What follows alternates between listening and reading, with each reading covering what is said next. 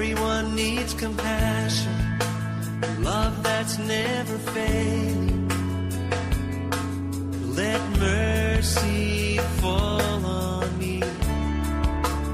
Everyone needs forgiveness, the kindness of a Savior, the hope of nations.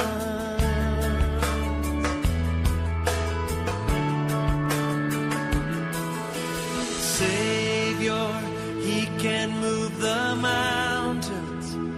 My God is mighty to save. He is mighty to save forever. Author of salvation. He rose and conquered the grave. Jesus conquered the grave.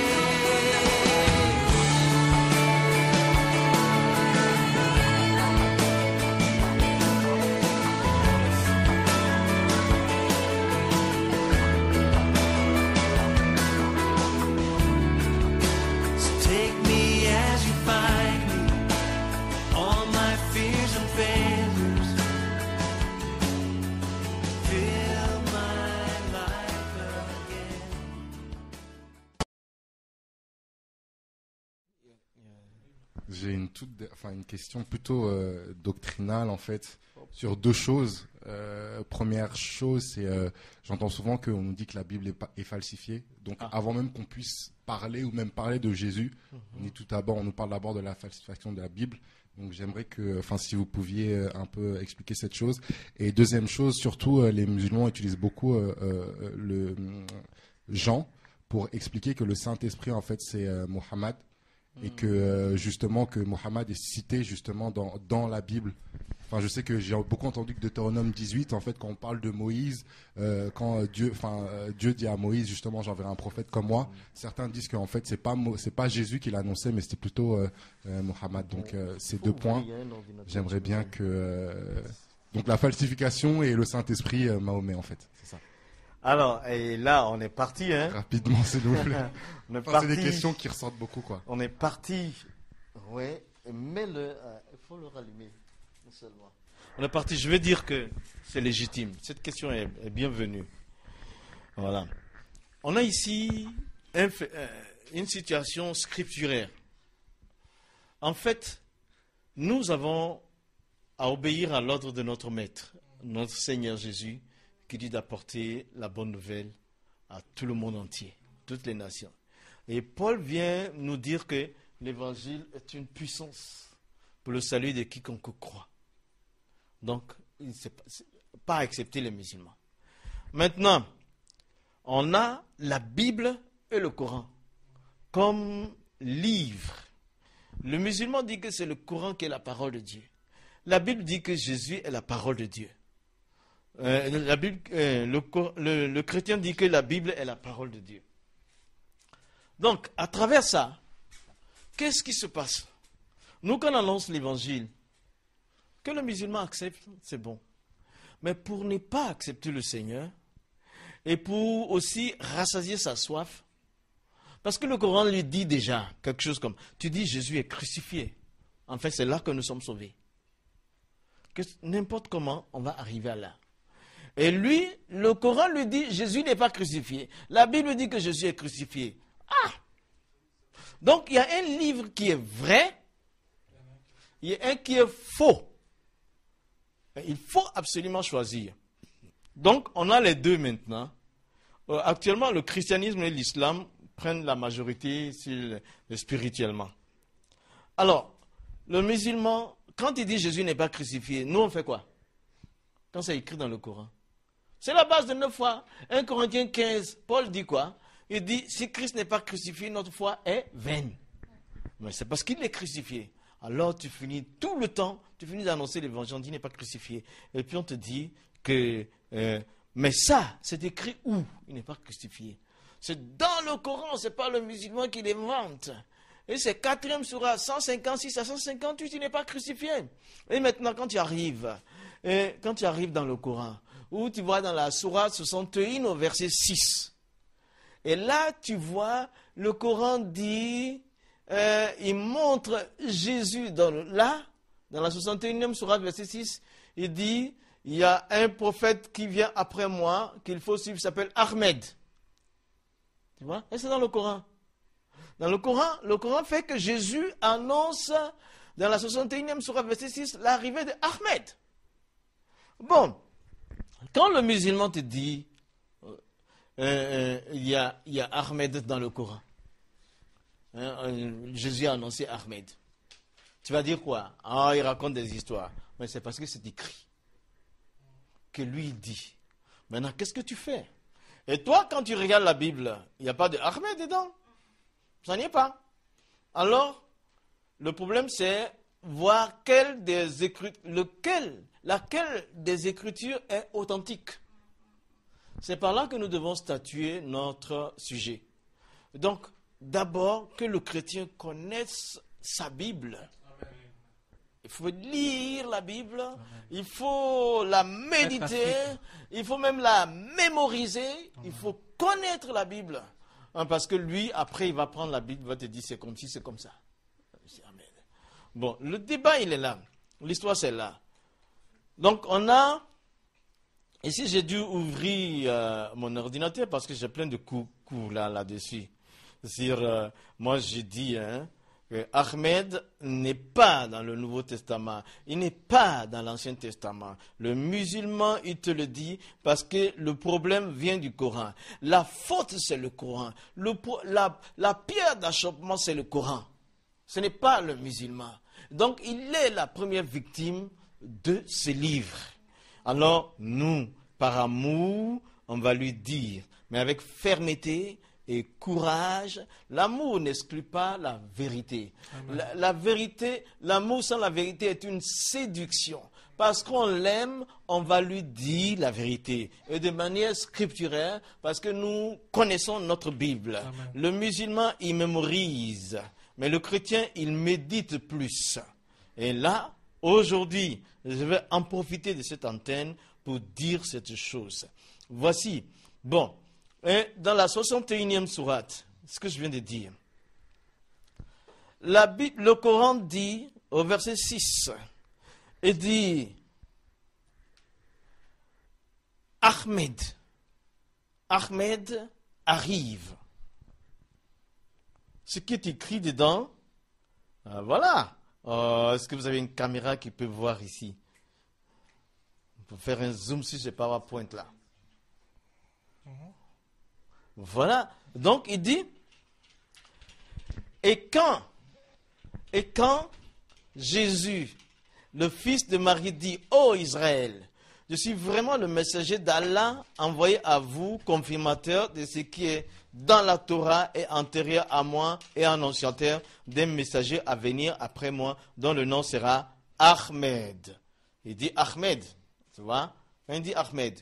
Or, le mot Ahmed, ici, c'est un titre. C'est pas Mohammed, hein? Il dit Ahmed. Ahmed, c'est un titre. Et le titre là, ça veut dire louangeur. Et Ahmed, dans le grec, ça donne Périclitos. Périclitos. Périclitos. Ahmed donne dans le grec Périclitos. Ah, vous voyez là-bas. Ahmed donne dans le grec Périclitos, comme si. Tu vois? Et Mohammed, c'est son nom terrestre. C'est un nom sur terre.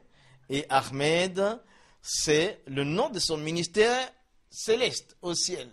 Et ça veut dire louangeur, celui qui loue Dieu, qui donne dans le grec Périclitos.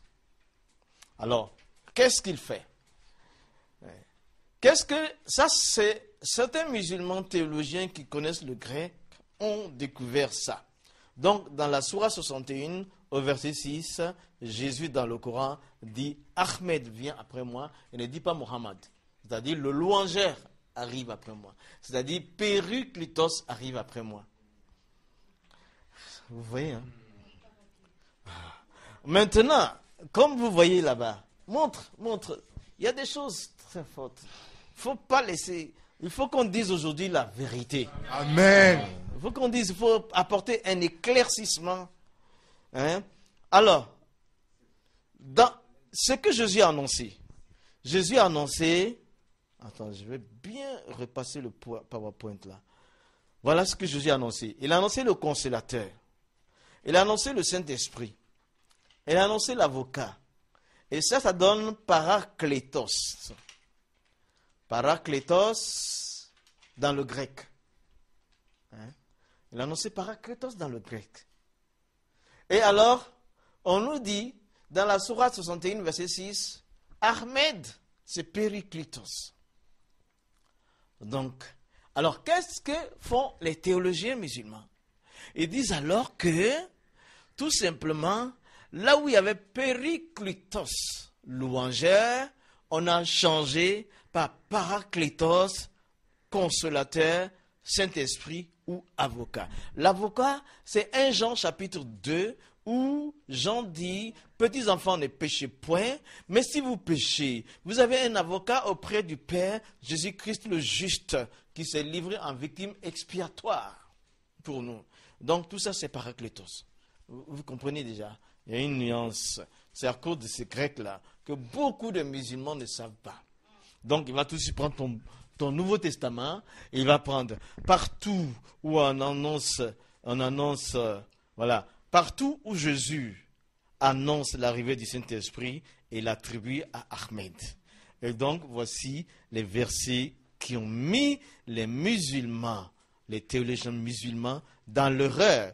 Jean 14, 26, Jean 15, 26, Jean 16, 7, Jean 16, 12, 13 et Jean 14, 15, 17.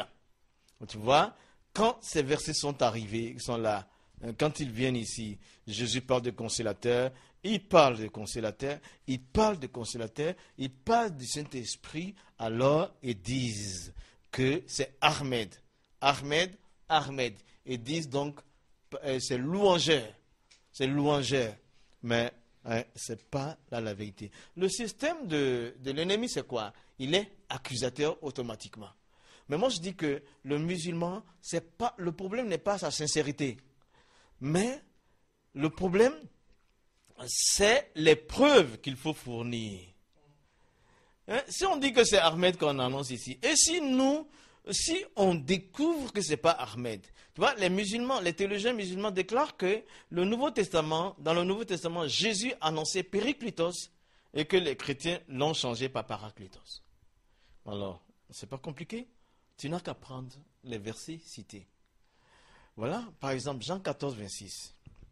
Il dit, mais le consolateur, l'Esprit Saint, que le Père enverra à mon nom, vous enseignera toutes choses et vous rappellera ce que je vous ai dit. Alors ici c'est Ahmed. On va dire, mais Ahmed, on va dire le louangeur. Et puis on va dire quoi? L'Esprit Saint, la phrase est gâtée. Ça ne marche pas. Et puis après, si on prend dans le contexte là, le consolateur, l'Esprit Saint que le Père enverra à mon nom, vous enseignera toutes choses et vous rappellera tout ce que... Ah! Est-ce que Ahmed a enseigné la doctrine de Jésus-Christ? Qui dit, je suis le Fils de Dieu. Je suis Dieu. Jésus l'a dit. Je m'en vais me faire crucifier. Est-ce que Ahmed a dit ça? Si c'était lui qu'on mettait ici, il serait confirmateur de ça. Alors, quand vous prenez le contexte de Jean 15, mais cette journée-là, c'est une opportunité, cette soirée.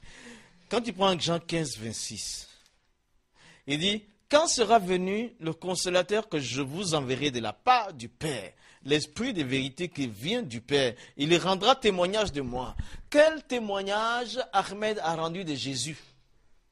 Le témoignage qu'il doit rendre de Jésus, c'est le suivant. Par exemple, aux disciples, quand il est monté au ciel, il a dit quoi? Acte 1, 8. Mais vous recevrez une puissance.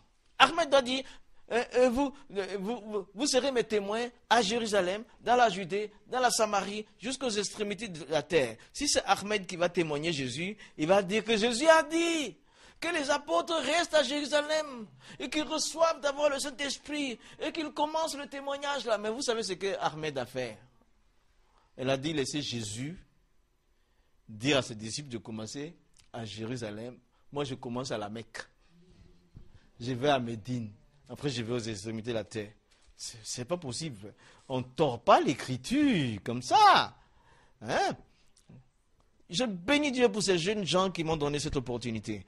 Il dit, cependant, je vous dis, Jean 16:7, je vous dis la vérité. Il vous est avantageux que je m'en aille, car le consolateur ne viendrait pas vers vous. Mais si je m'en vais, je vous l'enverrai. Je vous l'enverrai. C'est Jésus qui envoie le consolateur. Quel musulman qui va accepter que Jésus envoie Ahmed? Amen. Ils sont sincères, mais c'est pas. Moi, je peux être sincère. Aujourd'hui, je vais aller à Paris, mais je peux me trouver à Rouen parce que je ne connais pas la route. C'est pas la sincérité qui compte. Josh McDowell, il a dit, toute évidence demande un verdict. Tu crois que la Bible est falsifiée, et si elle n'est pas, qu'est-ce que tu fais? Prêche encore. Et il dit, tu dois devenir chrétien. Jean 16, 13, j'ai encore beaucoup de choses à vous dire, mais vous ne pouvez pas le porter maintenant. Quand le consolateur sera venu, l'esprit de vérité, il vous conduira en toute vérité, car il ne parlera pas de lui-même, mais il vous dira tout ce qu'il aura entendu de moi, et il vous annoncera les choses à venir. Quand le consolateur sera venu, l'esprit de vérité. Ahmed n'est pas un esprit. On l'a vu. 62 ans. Alors moi j'ai dit dans ça là, je dis, il faut contre-attaquer dans l'amour et la fermeté. Ouais, on ne laisse pas les choses. La vérité doit être connue. Jésus a annoncé le Saint-Esprit, le consolateur. Il a annoncé l'avocat et ça donne Paraklétos. Une bonne foi. C'est ça, Paraklétos. Ce n'est pas Périclitos, c'est Paraklétos. Paraklétos, c'est ça. Voilà, le dénouement se trouve dans Jean 14, 16 et 17. Jésus annonce le consolateur qui est éternel. Il dit, ce consolateur restera éternellement avec vous. Ahmed, il a vécu 62 ans et il est mort. Il dit l'esprit de vérité. Ahmed n'était pas un esprit, c'était un être physique. Mohamed, il était un homme physique. Il a eu 9 ou 13 femmes. Il s'était marié à une qui avait 6 ans. Déjà, il a consommé le mariage à 9 ans. Il dit, c'est un esprit qui n'est pas visible, donc on l'a vu, qui était près des disciples et qui habitera à l'intérieur d'eux. Jésus avait le Saint-Esprit avec lui et il était près des disciples. Après, au jour de la Pentecôte, l'Esprit est descendu à l'intérieur d'eux. Ça ne peut pas être Ahmed. Et puis, tu vois, qu'est-ce que je dis? Regardez ça bien. Périclitos dont ils ont parlé là, ça veut dire périclite après. Et périclite, c'est tombé, c'est chuté. Et la Bible dit quoi? Malheur à la terre, car le diable est descendu. Donc, qu'ils comprennent que dans la Bible, il n'y a pas de Ahmed ni à gauche ni à droite, mais c'est simplement que nous devons connaître notre Bible. Amen, Nous amen. devons connaître. Les enfants, moi je suis très heureux aujourd'hui parce que ça là, c'est des choses que j'enseigne dans les écoles bibliques et dans les séminaires. En conclusion, nous disons, le Coran ne dit-il pas aux musulmans, 29e sourate 45, ne discutez pas avec les chrétiens. Le Coran dit, parce que les chrétiens sont des hommes, c'est le peuple de l'écriture. Ouais, c'est le Coran qui dit, les chrétiens sont le peuple de l'écriture. Donc Dieu leur a donné l'écriture. Et le Coran n'affirme-t-il pas aux musulmans? 10e 94, il dit, fa in kunta fi shak, si tu es dans le doute, mais ma anzalna ilayka, concernant ce que je vous ai fait descendre, fasi allazina yakirauna al-kitab min kabulika, va demander à ceux qui lisent les écritures qui sont venues avant toi. Le Coran dit aux musulmans, si vous êtes dans le doute, va demander à ceux qui lisent la Bible. Tu viens nous demander quoi? Ouais, qui viennent, c'est tout simple. Amen. C'est ça, hein. Amen. C'est ça. Donc, mon fils, la vérité, c'est ça. C'est que les musulmans y croient. Parce que le Coran lance le feu. Le problème, c'est lui, le Coran. Ce n'est pas le musulman. Mais nous, avec amour, nous devons étudier la Bible. Amen, amen, amen. C'est la source de notre puissance. Il faut qu'on connaisse la Bible.